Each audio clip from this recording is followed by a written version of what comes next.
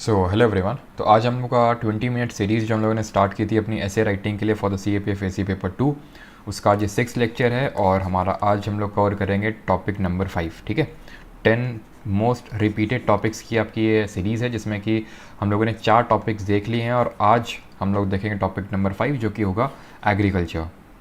और इस टॉपिक से अगर हम बात करें तो पिछले 5 सालों में आपके CAPF पेपर 2 में 3 बार क्वेश्चंस आ चुके हैं। ठीक है, डिफरेंट तरह से, जैसे एक बार फार्म जो लोन वेवर होता है उस पर पूछ लिया था, फिर सस्टेनेबल फार्मिंग पे पूछ लिया था, तो अलग अलग तरह से क्वेश्चंस बने इस पे। तो इसमें मैं जैसे कि अभी पिछले 4 टॉपिक्स में मैंने आपको कंटेंट दिया है, इंट्रो, बॉडी, कंक्लूजन, कोर्स, ये सारा जो है इस लेक्चर में भी मैं आपको देने वाला हूँ। तो चलिए स्टार्ट करते हैं।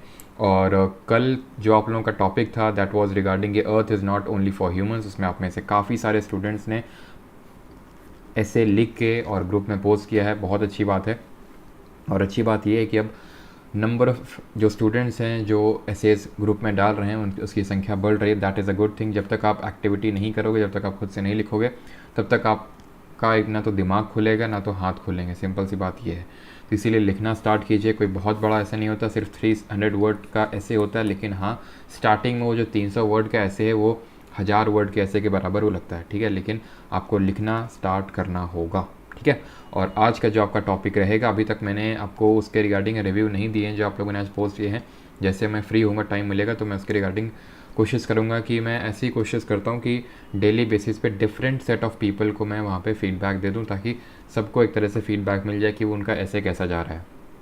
ठीक है, और आज मैं आप लोगों को 2 टॉपिक देने वाला हूँ। ठीक है, एक 2018 के ऐसे का रहेगा और एक 2019 के ऐसे का रहेगा। ठीक है, जो आपका पेपर हुआ था उसका ऐसे सेक्शन का एक 2018 के पेपर का रहेगा और एक 2019 का।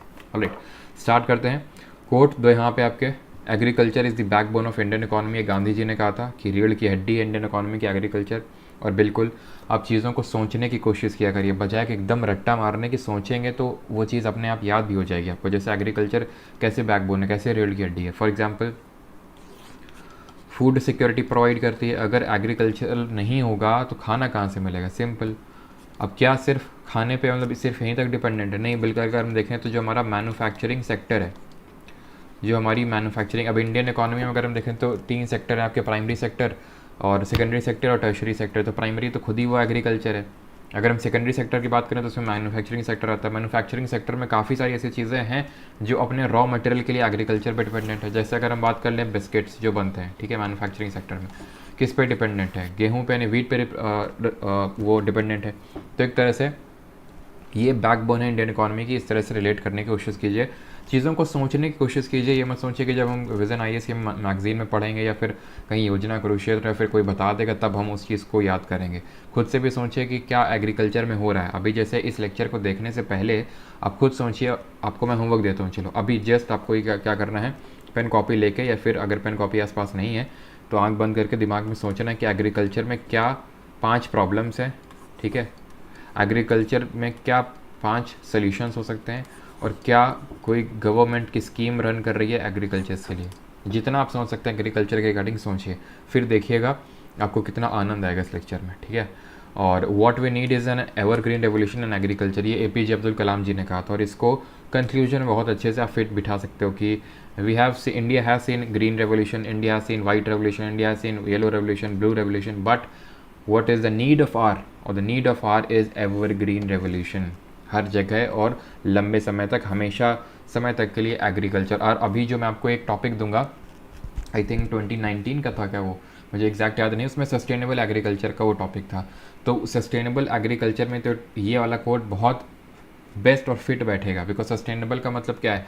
सस्टेनेबल और एवरग्रीन का मतलब कहीं ना कहीं सेम ही तो है कि लंबे समय तक हमेशा के लिए चलता रहे। ऐसा हमें एग्रीकल्चर को बनाने की ज़रूरत है। ऑलराइट, तो चलिए स्टार्ट करते हैं। यहाँ पे मैं आपको पहले कुछ दिखा देता हूँ, कुछ इस फॉर्म में, जैसे कि मैंने पिछले लेक्चर्स में आपको दिया है कि मैं कीवर्ड लिख देता हूँ। ठीक है, ताकि डिफरेंट सेट ऑफ कीवर्ड मैं आपको दे दूंगा, उस पर आपको सोचना है। ठीक है, ग्लोबल हंगर इंडेक्स सर्च कीजिए कि क्या रैंकिंग रही इंडिया की, कैसे यूज़ ऑफ फर्टिलाइजर, तो कैसे यूज़ ऑफ फर्टिलाइजर इम्पैक्ट कर रहा है आपके एग्रीकल्चर सेक्टर को। फॉर डबलिंग फार्मर्स इनकम, तो फार्मर्स की इनकम को डबल करने का कब टारगेट रखा इंडियन गवर्नमेंट ने, तो ये आपको सोचना है इस पर। फिर अभी मैं बताऊंगा उस पर, ऐसा नहीं कि सिर्फ मैं इतना इतना दिखा रहा हूँ आपको। और ये नोट्स मैं आपको बता दूँ कि आपको टेलीग्राम जो आपका ग्रुप है CAPF वाला, CAPF और CDS वाला, वहाँ पे अपलोड किए जाते हैं। उसका लिंक आपको वीडियो का डिस्क्रिप्शन मिल जाएगा। अगर लिंक नहीं खुलता है तो ऐसे आप सर्च कर सकते हो, ये ग्रुप का नाम है CAPF CDS 2022 और आखिरी में लगा होगा परमार, ठीक है। फिर यहाँ पे रिफॉर्म्स नीडेड लिखा हुआ है कि क्या क्या रिफॉर्म्स की ज़रूरत है, फिर कुछ गवर्नमेंट इनिशिएटिव, ये सारी चीज़ें हैं। तो चलिए स्टार्ट करते हैं। सबसे पहला तो पॉइंट है कीवर्ड आपका। अब हर कीवर्ड पे आपको सोचना है। Largest vote bank.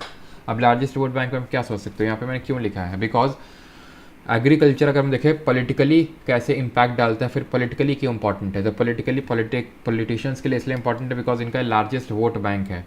वो कैसे लार्जेस्ट वोट बैंक है, ऐसे लार्जेस्ट वोट बैंक है। आपने सुना है फार्म लोन वेवर, सबके जो लोन है माफ़ कर दिए जाते हैं जैसे चुनाव आते हैं, क्यों, ताकि प्लीज़ किया जा सके जो फार्मर्स है उनको और उनका वोट हासिल किया जा सके।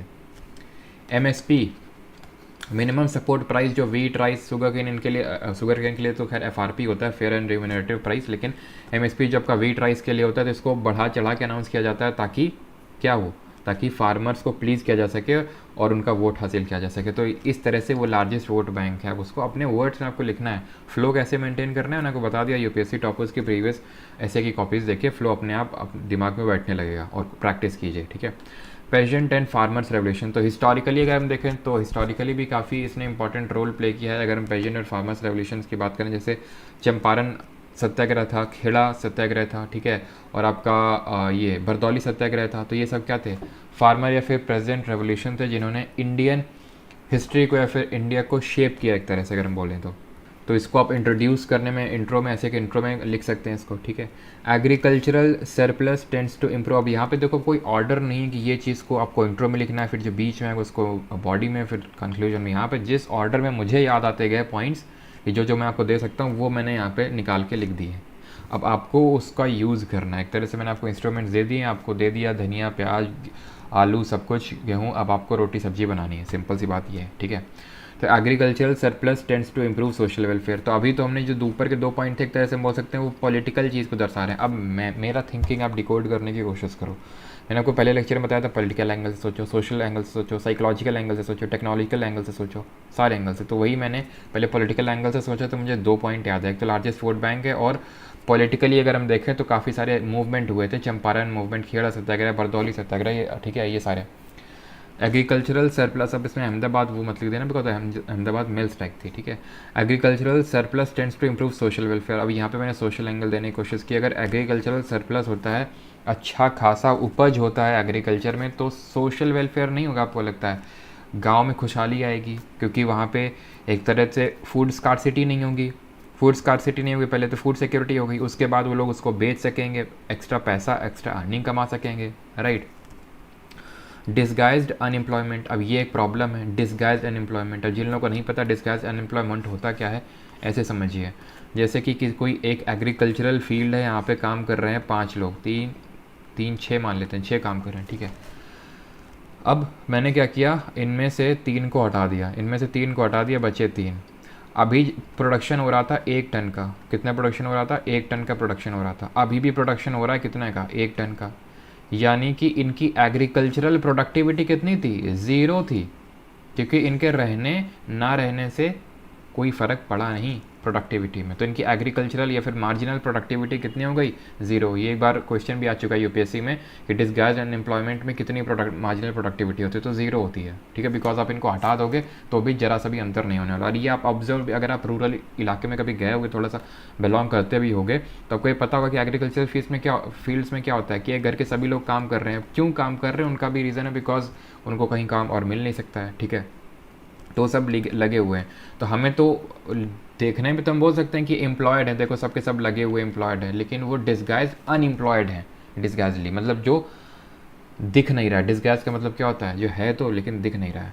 एग्री बेस्ड स्टार्टअप्स और एंटरप्रेन्योरशिप कल्चर को प्रमोट करने की ज़रूरत है। अगर आपको यहाँ पे कुछ याद है तो आप लिख सकते हैं, जैसे कि इस बार मुझे याद है कि आपका, चलो भाई वो मैं बाद में डिस्कस करूँगा। जैसे शार्क टैंक इंडिया इस बार आया था ना, एक शो आया था आपका सोनी TV पे, तो उसमें एग्रीकल्चरल बेस्ड स्टार्टअप भी कुछ आए थे। अब एग्रीकल्चरल बेस्ड स्टार्टअप ही क्या है, तो जैसे कि काफ़ी सारे एक तरह से स्ट्रीमलाइन करने के लिए एग्रीकल्चर को, या फिर एग्रीकल्चरल जो प्रोड्यूसर्स होते हैं उसको ज़्यादातर लोगों तक पहुंचाने के लिए, या फिर काफ़ी सारे ऐसे स्टार्टअप्स हैं, काफ़ी सारे ऐसी ऐप्स बनी हुई हैं जिसमें कि आप फ़ोटो क्लिक करके डालो और वो डिज़ीज़ बता देगा कि किस में इसमें पेड़ में कौन सी डिज़ीज़ हुई है, या फिर अगर आप अपना फ़ोटो क्लिक करके डालोगे तो बताएंगे कि कैसे कैसे कितना पानी की ज़रूरत है। तो ये सब क्या एग्रीकल्चरल बेस्ड स्टार्टअप्स हैं।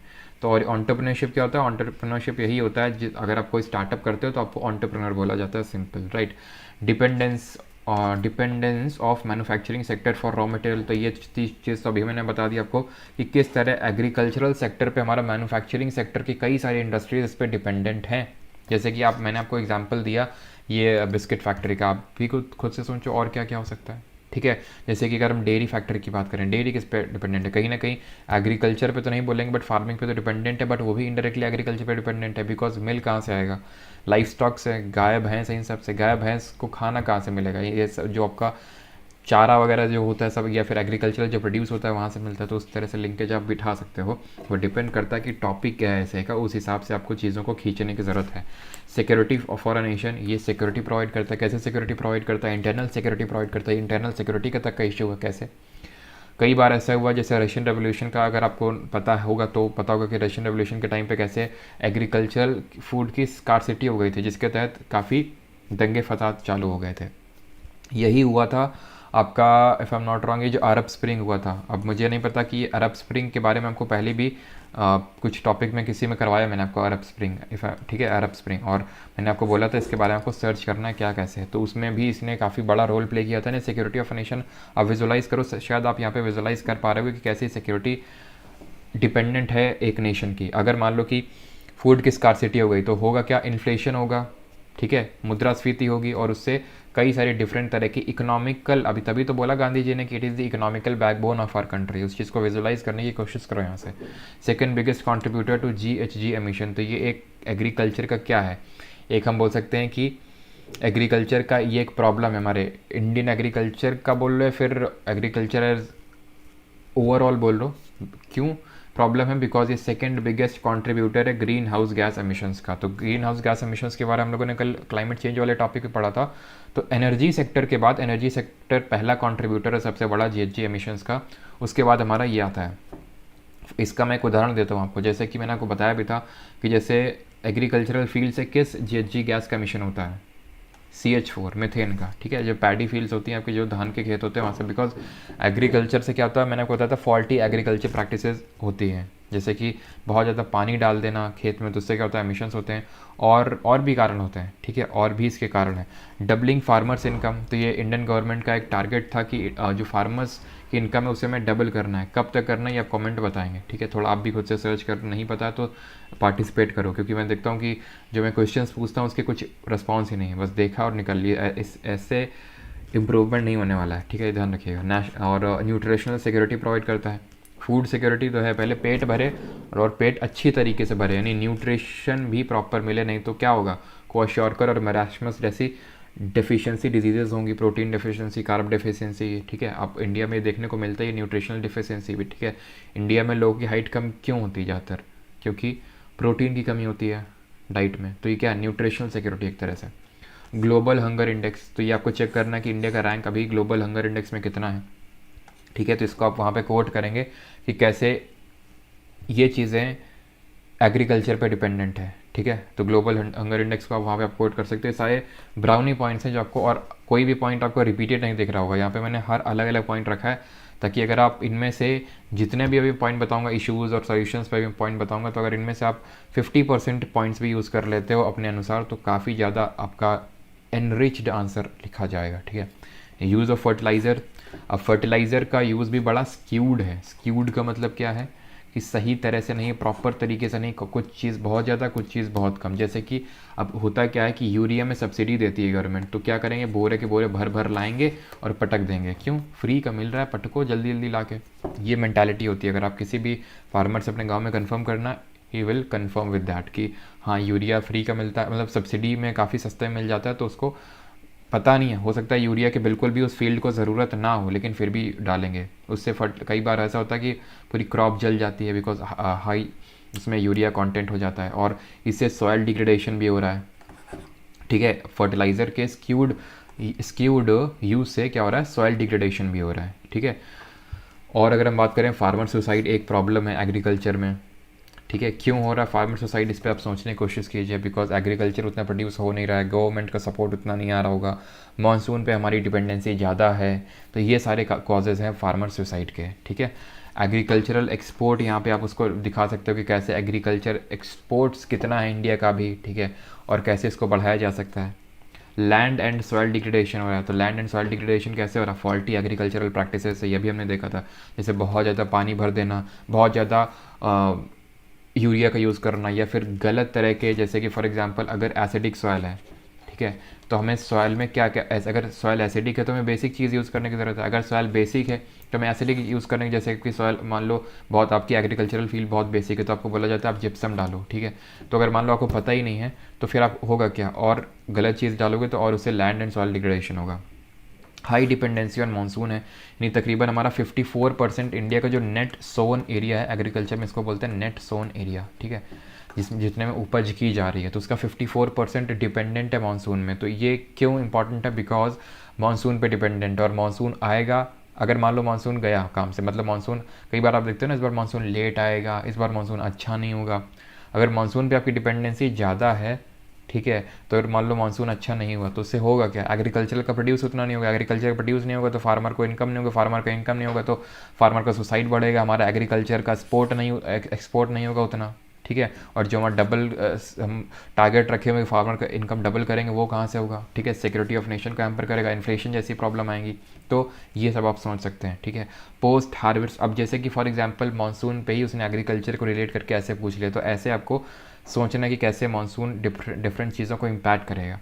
पोस्ट हार्वेस्ट लॉसेस होता क्या है, आप कई बार देखते हो टमाटर हैं, ठीक है, टमाटर सड़ रहे हैं पड़े हुए, गेहूँ सड़ रहा है पड़ा हुआ, जैसे अभी होगा क्या, गेहूं की कटाई हो गई, अभी बारिश होगी तो आप देखोगे कि गोडाउंस में पड़ा हुआ सड़ रहा है, ये सब क्या है, पोस्ट हार्वेस्ट लॉसेज होते हैं, इनको बोलते हैं पोस्ट हार्वेस्ट लॉसेज। अब यहाँ पे देखते हैं क्या रिफॉर्म्स की ज़रूरत है, कैसे इनको सही किया जा सकता है। इससे मोस्टली अगर हमने देखें तो हमने प्रॉब्लम्स के बारे में देखा, ठीक है, मोस्टली हमने, ठीक है, और अब यहाँ पे क्या कैसे उनको रिफॉर्म किया जा सकता है वो देखते हैं। तो डिजिटाइजिंग लैंड रिकॉर्ड्स, तो लैंड रिकॉर्ड्स को डिजिटाइज करो, उससे बेटर साइंटिफिक तरीके से एग्रीकल्चर प्रैक्टिस किया जा सकता है, और अच्छी रणनीति के साथ, स्ट्रैटेजी के साथ हम जो है डिफरेंट एग्रीकल्चर फीड करें कि यहाँ पे क्या उगाना सही है, यहाँ पे कितना फर्टिलाइजर यूज़ करने की ज़रूरत है, वो हम कर पाएंगे अगर हम डिजिटाइज करेंगे लैंड रिकॉर्ड को। इसके लिए एक स्कीम भी आई थी, सिर्फ इसके लिए नहीं आई थी, स्वामित्व स्वामित्व स्कीम, ठीक है, स्वामित्व स्कीम आई थी एक, इसके तहत लैंड रिकॉर्ड्स को रूरल इलाकों में डिजिटाइज किया जाएगा। सिर्फ ये एग्रीकल्चर सेक्टर के लिए नहीं थी, बट ओवरऑल रूरल सेक्टर के लिए थी कि डिजिटाइज किया जाएगा। तो उसी की तरह आप ऐसे लिख सकते हो कि ऑन द लाइन्स ऑफ स्वामित्व scheme we can have a scheme for digitizing the land records of agriculture sector। ऐसे आप उसको लिखना है आपको। सीड बैंक्स बना सकते हैं, जो कि बनाती भी गवर्नमेंट सीड बैंक, जैसे कि इनको ग्रामीण सीड बैंक ही बोलते हैं। अभी किस लिए बनाने की ज़रूरत है, ताकि सीड, प्रॉपर सीड की सरप्लस रहे, मतलब कि डेफिशिएंसी ना हो, कि बीज ही नहीं है प्रॉपर अच्छी तरह के, जिस क्वालिटी का बीज चाहिए उस तरह का बीज ही नहीं है। जैसे कि अगर हम एग्जांपल के तौर पर बात करें, जैसे लेस के जो चिप्स होते हैं एक पर्टिकुलर टाइप के आलू से बनता है, ठीक है, तो हर चीज़ का, हर वैरायटी का एक अलग तरह का सीड होता है, तो प्रॉपर सीड होनी चाहिए और वो सीड बैंक्स में मेंटेन करने की ज़रूरत है। रेन वाटर हार्वेस्टिंग करने की ज़रूरत है। अब मानसून पे हमारी डिपेंडेंसी ज़्यादा है, मानसून आया चला गया, अब वेट कर रहे हैं, आज बारिश थोड़ा उसकी ज़रूरत थी, अगले वीक में बारिश की ज़रूरत थी लेकिन हो ही नहीं रही है, पानी की कमी है, ठीक है, ग्राउंड वाटर भी उतना नहीं है। तो अब इसीलिए आप रेन वाटर हार्वेस्टिंग को प्रमोट करो। रेन वाटर हार्वेस्टिंग का मतलब क्या है कि पानी जो आ रहा है ऊपर से टपक रहा है उसको संरक्षण, समझ पा रहे हो ना, रेन वाटर है उसको आप संरक्षण करो उसका। माइक्रो इरिगेशन प्रैक्टिस करो। माइक्रो इरिगेशन क्या है, छोटे लेवल पे, जैसे कि इससे माइक्रो इरिगेशन का फ़ायदा क्या है कि जितना पर्याप्त है, जैसे कि वही मैंने कल इसका एग्जांपल भी दिया था पीएम मोदी ने अभी 5 जून को एनवायरनमेंट डे पे, कि वही मैंने कल भी इसको कोट किया था कि अगर किसी को दूध की डिफिशियंसी है तो अगर आप उसकी माँ को बोलेंगे कि दूध पिलाओ तो उसका जो डिफिशियंसी है वो कम होगा, तो इसका मतलब नहीं उसकी माँ दूध में डिबो देगी उसको। तो उसी प्रकार हमें एग्रीकल्चर फील्ड को डिबो नहीं देना है, जितनी ज़रूरत है उतना ही डालना है। That is called micro irrigation. इससे 2 फ़ायदे हैं, एक तो सॉइल डिग्रेडेशन नहीं होगा, जितना उसको चाहिए, जितना, एक तो सॉइल डिग्रेडेशन मेजर फैक्टर है, जितना उसको चाहिए उतना उसको मिल जाएगा पर्याप्त तौर पे, और इससे वाटर लॉस भी कमेगा, वाटर लॉस भी कम होगा आप, ठीक है। तो इससे 3 बेनिफिट्स हैं। PMKSY क्या है, प्रधानमंत्री कृषि सिंचाई योजना, तो ये माइक्रो इरिगेशन से रिलेटेड एक स्कीम है, आप इसको लिख सकते हो, कोट कर सकते हो, ब्रैकेट में लिख सकते हो अपने अनुसार, ठीक है। रिवर इंटरलिंकिंग, तो अभी अगर हम देखें रेन वाटर हार्वेस्टिंग हो गई, माइक्रो इरिगेशन हो गया, PMKSY हो गया, रिवर इंटरलिंकिंग हो गया, ये सब किसको दिखा रहे हैं? ये आपका जो इरिगेशन है, इरिगेशन पैटर्न है या फिर इरिगेशन इन एग्रीकल्चर है, उसके रिगार्डिंग ये चीज़ें हैं। रिवर इंटरलिंकिंग से होगा क्या? इससे ये होगा कि कुछ जो रेन डेफिसिट एरिया होते हैं, जो मानसून पे पूरी तरह से डिपेंडेंट है, ग्राउंड वाटर उतना है भी नहीं, तो उनको वहाँ पे अगर रिवर इंटरलिंक कर देंगे तो वो भी उनकी भी डिपेंडेंसी कम हो जाएगी और एग्रीकल्चर बेटर हो पाएगा। रेगुलेटरी सिस्टम होना चाहिए फर्टिलाइज़र सेक्टर के लिए। अब कैसे रेगुलेटरी सिस्टम होना चाहिए? जैसे कि अब ऐसा नहीं है कि यूरिया सब्सिडी में बिक रहा है तो गलत जगह में जा रहा है। इसके लिए गवर्नमेंट ने किया भी क्या था कि नीम कोटेड यूरिया देता है। नीम कोटेड यूरिया देने से हुआ क्या, कई सारे बेनिफिट हुए। एक तो एक जो यूरिया है उसकी थोड़ा सा और एफिशिएंट बना हुआ यूरिया, और होता क्या था कि यूरिया सब्सिडी में मिलता है और कई और डिफरेंट सेक्टर में इसकी नीड होती है यूरिया की, तो वो सब्सिडी में लेके ये लोग बेच देते थे। जैसे फार्मर्स ने लिया, फिर काफ़ी लोगों ने गलत तरीके से सब्सिडी में लिया और अपने सेक्टर में यूज़ किया, जबकि गवर्नमेंट इसको क्यों दे रही है? ताकि आप एग्रीकल्चर के लिए यूज़ करो, तभी तो उसको सब्सिडी दे रही है। तो नीम की कोटिंग करने लगी ताकि जो दूसरे सेक्टर में डाइवर्ट हो रहा है वो ना हो सके। तो और ऐसे तरह आप सिंपल अगर इतना भी लिख दोगे ना, regulatory system needed for the fertiliser sector, वो भी काफ़ी सफिशिएंट होगा। Awareness regarding proper use of fertiliser, तो प्रॉपर यूज़ कैसे करना है फर्टिलाइज़र का, कौन कितनी मात्रा में यूज़ करना है, उसके रिगार्डिंग अवेयरनेस। अब अवेयरनेस एक ऐसा पॉइंट है, मैंने कल भी बताया था, परसों भी, कि आप कहीं पे भी चपका सकते हो, ठीक है। Awareness, focus on micro nutrients, तो माइक्रो न्यूट्रिएंट्स पे फोकस करने की ज़रूरत है। क्यों? बिकॉज अगर अभी हम देखें तो मैक्रो न्यूट्रिएंट्स पे ही फोकस कर रहे हैं। हमारे मैक्रो न्यूट्रिएंट्स क्या हैं? NPK, ठीक है, नाइट्रोजन हो गया, फॉस्फोरस हो गया और पोटाशियम हो गया। तो ये हमारे मैक्रो न्यूट्रिएंट्स हैं और इन्हीं फर्टिलाइजर्स को हम यूज़ करते हैं। बट माइक्रो न्यूट्रिएंट्स पे भी फोकस करने की ज़रूरत है, जैसे सोडियम हो गया, मैग्नीशियम हो गया, जिंक हो गया, इनको भी यूज़ जो है इन पे भी फोकस करने की जरूरत है। Scientific know how to improve agricultural productivity, mechanisation of agriculture, consolidation of land holdings and use of, ये क्या है आपका, GM क्रॉप। और एक यहाँ पे आई थिंक ICT नहीं लिखा है। देखो कल भी मैंने बताया था कुछ, जैसे अवेयरनेस एक एवरग्रीन चीज़ है, वल्नरेबल सेक्शन एक एवरग्रीन चीज़ है। वल्नरेबल तो यहाँ पे शायद यूज़ नहीं हो पाएगा। और मैंने कहा था टेक्नोलॉजी भी आप हर जगह इंप्लीमेंट, ऑलमोस्ट हर जगह इंप्लीमेंट कर सकते हो, तो बस यहाँ पे भी उसको इंप्लीमेंट करने की कोशिश करो। तो यहाँ पे भी लिख दो कि यूज़ ऑफ टेक्नोलॉजी, वही तो है साइंटिफिक नो हाउ, यानी कि साइंटिफिक नो हाउ बढ़ाइए उनका, किनका, जो फार्मर्स हैं, ताकि वो और बेटर हो सके एग्रीकल्चर प्रोडक्टिविटी। उन्हें बताइए कि फ़ोन में ये ऐप्स होते हैं, ठीक है, और आपके लिए एक सॉयल हेल्थ कार्ड करके स्कीम है जिसके तहत अपने सॉयल की हेल्थ को जान सकते हैं और उसमें कैसे फर्टिलाइज़र यूज़ करते हैं, यानी कि वो हो गया scientific know how. Mechanisation of agriculture का मतलब क्या है? मैकेनाइजेशन का मतलब है ज़्यादा से, यहाँ पे पहले तो मैं इसको हटा देता हूँ जो इधर हो रखा है, ठीक है। तो मैकेनाइजेशन ऑफ एग्रीकल्चर का मतलब है कि ज़्यादा से ज़्यादा मशीन्स का यूज़ करना। किसका? मशीन्स का।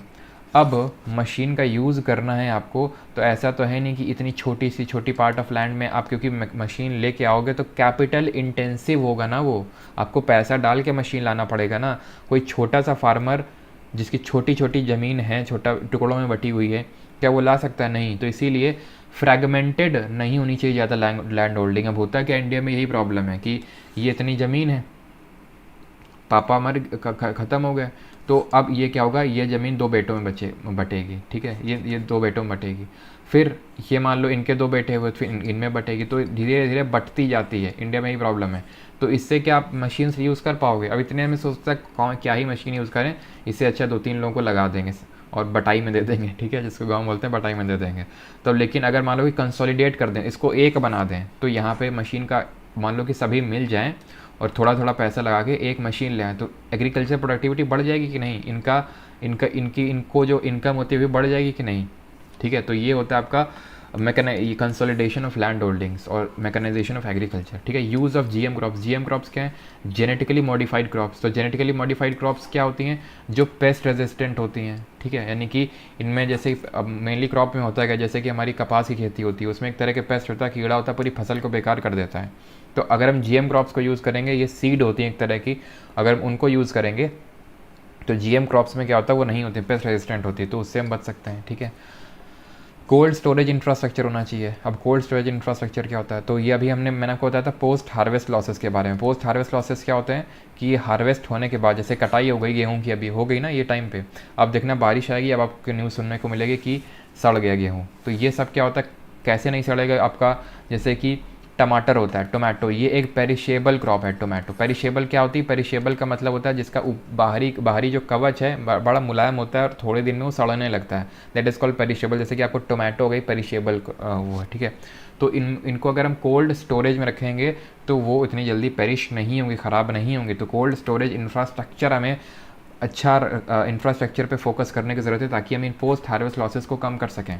Reforms in FCI, food corporation of जो इंडिया है, उस पर रिफॉर्म्स की ज़रूरत है, जहाँ पे आप ऐसे लिख सकते हो कि it is a high time to implement the recommendations of the Shanta Kumar committee to bring the reforms in FCI। अब शांता कुमार कमेटी ने क्या रिफॉर्म्स बोले तो तुम्हें पढ़ने की ज़रूरत नहीं है, बस तुम इतना लाइन भी लिख दोगे ना, एग्जामिनर तुमको गले लगा लेगा और आधा नंबर तो 100% तुम्हें एक्स्ट्रा देगा, ठीक है। अगर तुम इतना लिख दोगे कि it is the high time to bring reform in FCI based on the recommendation of Shanta Kumar committee, right. आपको एक भी लिखने की ज़रूरत नहीं है, आप बस इतना याद कर लो, ठीक है। MSP, इसको मैं हटा देता हूँ एक सेकेंड।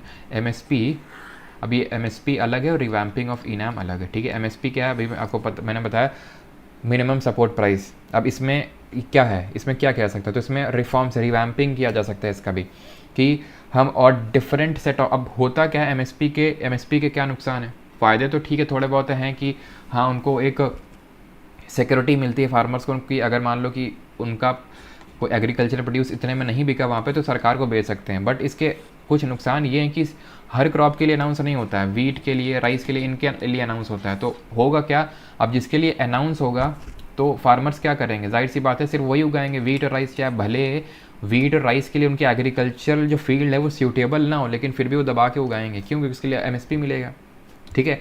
यही कारण है कि स्क्यूड है हमारा। जैसे कि अगर हम बात करें नॉर्थ वेस्टर्न जो पार्ट ऑफ इंडिया है, नॉर्थ वेस्टर्न पार्ट, जैसे कि जो पंजाब वाला रीजन है, ये ग्राउंड वाटर डेफिशिएंट है, उतना ज़्यादा ग्राउंड वाटर नहीं है, लेकिन सबसे ज़्यादा राइस का प्रोड्यूसर अगर हम देखें, वीट राइस यहीं पे होता है। राइस में अगर आपको भी पता है कि वाटर इंटेंसिव क्रॉप है, बहुत ज़्यादा पानी चाहिए राइस में, लेकिन क्यों करते हैं, बिकॉज MSP अच्छा खासा मिलता है, ठीक है। इससे होता क्या है, इससे एक तो ग्राउंड वाटर डिप्लीट हो रहा है, वहाँ की सॉइल ख़राब हो रही है, ठीक है, ये सारे इसके नुकसान हैं।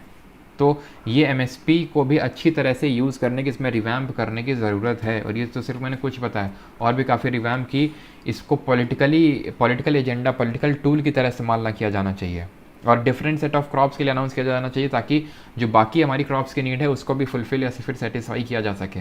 रिवैम्पिंग ऑफ ENAM, यानी कि जो ENAM है उसमें भी रिवैम्प। अब ENAM क्या होता है जिन लोगों को नहीं पता, तो ये है आपका, एक second, electronic national agricultural market, ठीक है, national agricultural market, electronic web में। इसमें है क्या, ये गवर्नमेंट ने एक पोर्टल बनाया जहाँ पे बायर्स, एक तरह से ट्रेडिंग हो सकती है एग्रीकल्चरल प्रोड्यूस की, बायर्स और सेलर्स यहाँ पे आएंगे, और एक तरह से इससे हुआ क्या कि मिडिल मैन एक तरह से रिमूव हो गए, बिचौलिए नहीं रहे, बायर बाई करेगा, सेलर यहाँ पे सेल करेगा। तो इसमें रिवैम्प की ज़रूरत है। रिवैम्प कैसे, इसमें थर्ड पार्टी असेसमेंट की ज़रूरत है, ठीक है, और इसको इम्प्रूव करना, इतना भी आप लिख दो ना, revamping of ENAM is needed, या फिर more digital infrastructure is to be needed to be included in ENAM, बस काफ़ी है, ठीक है। अब डाइवर्स रखो पॉइंट्स को।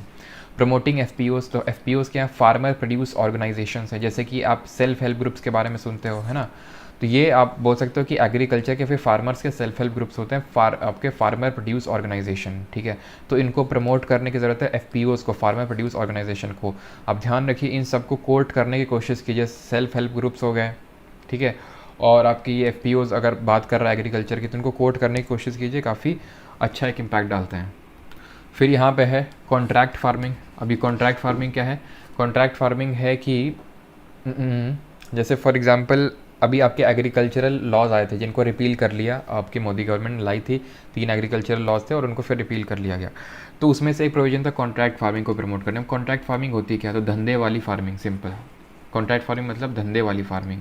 इसमें होता क्या कि आप एक पर्टिकुलर पार्ट ऑफ, एक पर्टिकुलर एरिया ऑफ लैंड में सिर्फ एक ही क्रॉप उगाते हो, पूरा आपने कपास लगा दिया, यानी कि कपास की खेती कर दी, पूरे में गन्ना लगा दिया, ठीक है, आप, या फिर आपने पूरे में आलू लगा दिया, फिर उस आलू को क्या करेंगे आप, कॉन्ट्रैक्ट बेसिस पे। अभी इसका मतलब समझिए, कॉन्ट्रैक्ट हो रहा है किसके बीच में, फॉर एग्जांपल जैसे कि एक कंपनी आई लेज, उसने एक फार्मर से किया कॉन्ट्रैक्ट कि तुम हम इसमें ये वाला आलू लगाओ, ठीक है, और हम तुम्हें इतना पैसा देंगे, चाहे जितना भी हो जैसा भी हो, हम तुम्हें इतना पैसा देंगे। इसको बोलते हैं कॉन्ट्रैक्ट फार्मिंग। कॉन्ट्रैक्ट हो गया है और फार्मर भी एग्री कर गया है, लेज कंपनी वाले भी, मैं बस एक एग्जांपल दे रहा हूँ, एग्री कर गए हैं। तो इससे होगा क्या कि फार्मर को एक तरह से सिक्योरिटी है ना अभी, लेकिन इसके भी कुछ नुकसान है, जैसे कि फॉर एग्जांपल बाद में देने से मना कर दे तो कौन इसको रेगुलेट करेगा, कौन है यहाँ पे, हैं एज फार्मर की तो ऐसी तैसी हो जाएगी अगर ऐसा हुआ। तो एक तरह से इसको कॉन्ट्रैक्ट को रेगुलेट करने की ज़रूरत है, वो एक दूसरी चीज़ हो गई, ठीक है। लेकिन कॉन्ट्रैक्ट फार्मिंग को आप लिख सकते हो। ये इस फार्मिंग से क्या होगा कि एक तरह से फार्मर्स को सिक्योरिटी मिलेगी और इनकम उनको ज़्यादा होगी, ठीक है। इतनी चीज़ क्लियर। अब आ जाते हैं कि गवर्नमेंट के क्या क्या इनिशिएटिव्स रहे हैं। तो सॉयल हेल्थ कार्ड लाइए गवर्नमेंट, अब मैंने आपको एक्सप्लेन कर दिया ऊपर से। National agricultural national action plan, not agricultural plan, national action plan to combat desertification. Desertification क्या है? सॉयल का डिग्रेडेशन, सिंपल, ठीक है, सॉयल डिग्रेडेशन, ऑलराइट। और नेशनल सीड पॉलिसी लाया है Indian government 2022, seed bank establish किए जाएंगे इसके तहत। PMKSY अभी ऊपर देख चुके हैं, प्रधानमंत्री कृषि सिंचाई योजना। नीम कोटिंग किया यूरिया का, इसको भी एग्जाम्पल बता चुका हूँ मैं आपको। DBT और फर्टिलाइज़र, DBT मतलब डायरेक्ट बेनिफिट ट्रांसफ़र, यानी कि फर्टिलाइज़र में जो भी सब्सिडी मिली तो डायरेक्टली खाते में गई फार्मर के। अब कोई अगर डायरेक्टली खाते में नहीं जाती थी तो क्या होता था, बिचौलियों को जैसे इनको दिया, तो ये क्या है कि कम करके पैसे देंगे। फार्मर क्या होता है, उनको उतना नॉलेज है नहीं, जितना मिल गया, ठीक है। तो ये DBT से ये एक गवर्नमेंट का इनिशिएटिव है जो कि अच्छा इनिशिएटिव है। गवर्नमेंट ने ICT का यूज़ किया, इन्फॉर्मेशन कम्युनिकेशन एंड टेक्नोलॉजी का, ये बहुत इंपॉर्टेंट है। ICT का यूज़ हर जगह आप घुसेड़ सकते हो और आपको एक एक्स्ट्रा ब्राउनी पॉइंट ये निकाल के देगा, ठीक है। हर काफ़ी जगहों में आप ICT का यूज़ कर सकते हो, जैसे विमेन वाले में भी, एनवायरनमेंट वाले में भी, यहाँ पे भी आप ICT का एक कैसे भी, ICT इतना ब्रॉड है कि उसका इम्प्लीमेंटेशन उस टॉपिक में हो ही जाएगा, ठीक है। तो इन्फॉर्मेशन कम्युनिकेशन एंड टेक्नोलॉजी का यूज़ किया जा सकता है। प्रधानमंत्री फसल बीमा योजना, ठीक है। अब फसल बीमा योजना यानी कि जैसे ये पोस्ट जो हार्वेस्ट लॉसेज हो जाते हैं, तो उसके बाद अगर मान लो पोस्ट हार्वेस्ट लॉस हो गया या फिर मान लो कि खेती उपज उतनी अच्छी नहीं हुई, तो उसको सिक्योरिटी प्रोवाइड करने के लिए स्कीम लॉन्च की गई, प्रधानमंत्री फसल बीमा योजना। ई-नैम तो देख ही चुके हैं, MSP भी देख चुके हैं। Encouragement to organic farming through FPOs, यानी कि ऑर्गेनिक फार्मिंग को प्रमोट किया जा रहा है। इससे ऑर्गेनिक फार्मिंग से क्या होगा, सस्टेनेबल फार्मिंग होगी। ऑर्गेनिक फार्मिंग के बारे में क्लाइमेट चेंज वाले में मैंने आपको बताया था कि ऑर्गेनिक तरह से, यानी कि आप खाद यूज़ कर रहे हो तो ऑर्गेनिक खाद यूज़ कर रहे हो, जैसे कि गोबर आप यूज़ कर रहे हो, ना कि यूरिया यूज़ कर रहे हो, ठीक है। तो पूरी तरह से ऑर्गेनिक है। और इंडिया का पहला ऑर्गेनिक स्टेट कौन सा बना है जो पूरी तरह से ऑर्गेनिक फार्मिंग को प्रैक्टिस कर रहा है, ये आपको कमेंट में बताना है, मैंने पिछले लेक्चर में आपको बताया था, ठीक है। अब यहाँ पे कुछ और रिफॉर्म भी बात कर लेते हैं। तो यही मैंने आपको बताया था कि अगर जैसे कि आपके पास बहुत सारे पॉइंट हैं, तो अगर आपको बहुत सारे पॉइंट हैं, अगर आपको पॉइंट्स दिखाने हैं तो आप ऐसे रिफॉर्म्स करके या फिर कुछ भी करके ऐसे हब एंड स्पोक मॉडल का यूज़ कर सकते हो। तो एक्सपोर्ट पोटेंशियल रियलाइज़ करने की ज़रूरत है, फार्मर एम्पावरमेंट की ज़रूरत है, चेंज ऑफ एटीट्यूड की ज़रूरत है। हम जिस तरह से एग्रीकल्चर को देखते हैं उसमें एटीट्यूड में चेंज की ज़रूरत है। इंटीग्रेटेड अप्रोच या फिर इंटीग्रेटिव अप्रोच की ज़रूरत है, ये भी आप कहीं पे भी घुसेड़ सकते हो, ये भी आपका एवरग्रीन टाइप पॉइंट है, इंटीग्रेटिव अप्रोच। हर चीज़ में इंटीग्रेटिव अप्रोच लॉन्च हो सकता है, ठीक है। इंटीग्रेटिव का अप्रोच का मतलब है हर चीज़ को आप इंटीग्रेट कर दो, ठीक है, डिफरेंट सेट ऑफ चीज़ों को, और उससे एक क्या है, अगर आप इंटीग्रेटेड अप्रोच रखोगे तो बेटर रिजल्ट्स मिलेंगे। अर्बन फार्मिंग को प्रैक्टिस कर सकते हो, अभी क्या हम देखते हैं रूरल इलाकों में होता है, बट अर्बन फार्मिंग का कॉन्सेप्ट इंट्रोड्यूस किया सकता है। एग्रीकल्चरल टूरिज्म का कॉन्सेप्ट इंट्रोड्यूस किया जा सकता है, इंट्रोड्यूस्ड है ही, लेकिन उसको प्रमोट किया जा सकता है एग्रीकल्चर टूरिज्म को। जैसे कि इस बार के शार्क टैंक में एक हस्बैंड वाइफ आए थे महाराष्ट्र से, तो वो काफ़ी अच्छी तरह से एग्रीकल्चरल टूरिज्म कर रहे थे, तो फंडिंग लेने आए थे, बट अनफॉर्चुनेटली उनमें से किसी भी शार्क ने उन्हें फंडिंग नहीं दिया था। एग्रीकल्चरल स्टार्टअप्स प्रमोट किए जा सकते हैं, एग्रीकल्चरल बजटिंग किया जा सकता है, तो ये आपके और रिफॉर्म्स हो सकते हैं। और आज का आप यहाँ पे होता है, हमारा ये जो लेक्चर है वो ख़त्म होता है, और मैं आपको बताता हूँ कि आज का आपके लिए क्वेश्चन क्या है। तो पहला क्वेश्चन तो आपका ये है, पहला क्वेश्चन आपका ये है कि फार्म वेवर इज़ पॉपुलिस्टिक, ठीक है, farm waiver is populistic and myopic. मैं हिंदी में बता दूंगा, डू नॉट वरी, वैसे मैं बता दूँ ये 2018 का टॉपिक है तो आप वो देख भी सकते हो। इसके आगे है farm waiver is populistic and myopic. इसके आगे है आपका कि स्ट्रैटेजी चेंज नीडेड, ठीक है, स्ट्रैटेजी चेंज नीडेड। हिंदी में बता देता हूँ, हिंदी में इसका मतलब क्या है। हिंदी में इसका मतलब है कृषि संबंधी छूट, लोक लुभावन एवं अदूरदर्शी नीतिगत परिवर्तन आवश्यक। अब मैं थोड़ा सा बता देता हूँ जिन लोगों को नहीं ये टॉपिक समझ में आ रहा। फार्म वेवर के बारे में भी ऊपर मैंने बताया था ना कि लोन माफ़ कर देते हैं, क्यों माफ़ कर देते हैं, ताकि पॉलिटिकल वोट बैंक है उनका, लेकिन इससे होता क्या, जो भर भी सकते हैं वो नहीं भरते हैं, ठीक है। और इससे होता क्या है कि जानबूझ के सोचते हैं चलो हो भी रहा है तो फार्म तो लोन जो है लोन हमारा वही हो जाएगा। और साथ ही साथ इससे ना सिर्फ एग्रीकल्चरल सेक्टर को इम्पैक्ट पड़ता है बल्कि इसमें जो बैंकिंग सेक्टर है उसको भी इम्पैक्ट पड़ता है। क्यों इम्पैक्ट पड़ेगा? सिंपल सा, आप लोन उसने बैंक से लिया होगा, आपने उसको माफ़ कर दिया बैंक को, तो बैंक को झटका नहीं लगेगा उससे। हाँ, आपने क्यों माफ़ किया? बिकॉज आपको तो वोट बैंक पॉलिटिक्स करनी थी। लेकिन इससे होगा क्या, जो भर सकते थे वो भी नहीं भरेंगे, ठीक है, जिनको डिफ़ॉल्टर्स हम बोल सकते हैं, ठीक है। तो उससे क्या क्या इम्पैक्ट है ये आपको सोचना है। बाकी आप इसमें सर्च कीजिए इसके रिगार्डिंग गूगल पे और ख़ुद से सोचिए, पहले तो खुद से सोचिए, सर्च कीजिए, और जो मैंने यहाँ पे चीज़ें बताई हैं उनको आप यहाँ पे यूज़ कीजिए कि फार्म वेवर की जगह और क्या किया जा सकता है। फार्म वेवर तो एक पॉपुलिस्टिक मेजर हो गया। पॉपुलिस्टिक मतलब लोग लुभावन। पॉपुलिस्टिक का मतलब होता है सिर्फ वोट बैंक पॉलिटिक्स के लिए, ठीक है, अपने फ़ायदे के लिए पॉपुलिस्टिक हो गया। तो आप यहाँ पे बोल सकते हो कि हमें वो करने की ज़रूरत है जिससे हमारे फार्मर्स का एम्पावरमेंट हो, फार्मर्स एम्पावर हो। फार्मर कैसे एम्पावर होंगे? तो इन सब चीज़ों से एम्पावर होंगे जो मैंने आपको बताया कि गवर्नमेंट को ये फार्म वेवर की जगह इन सब चीज़ों को यूज़ करना चाहिए जो उसने किया है, soil health card, national seed policy, इन सबको। और क्या रिफॉर्म्स हो सकते हैं, और हम अगर हमें जेन्युइन प्रॉब्लम एड्रेस करनी है, जो यहाँ पे मैंने प्रॉब्लम्स बताई थी, तो उनके लिए हमें ये सोल्यूशन की ज़रूरत है। या वही मैंने बताया कि जो आप पढ़ के गए उसको यूज़ करो, लेकिन उसके दायरे में, टॉपिक के दायरे में रह के उसका यूज़ करो, टॉपिक पे स्टिक रहो। क्योंकि आपकी जो मुझे अभी मेजर प्रॉब्लम लग रही है वो यही है कि आप लोग टॉपिक पे स्टिक नहीं रह रहे हो, ठीक है। और मैं एक सेकेंड याद करता हूँ, एक आपका 2019 में भी पूछा गया था, ठीक है, 2019 में था 2019 वाला था सस्टेनेबल फार्मिंग पे, कि sustainable farming is the need of our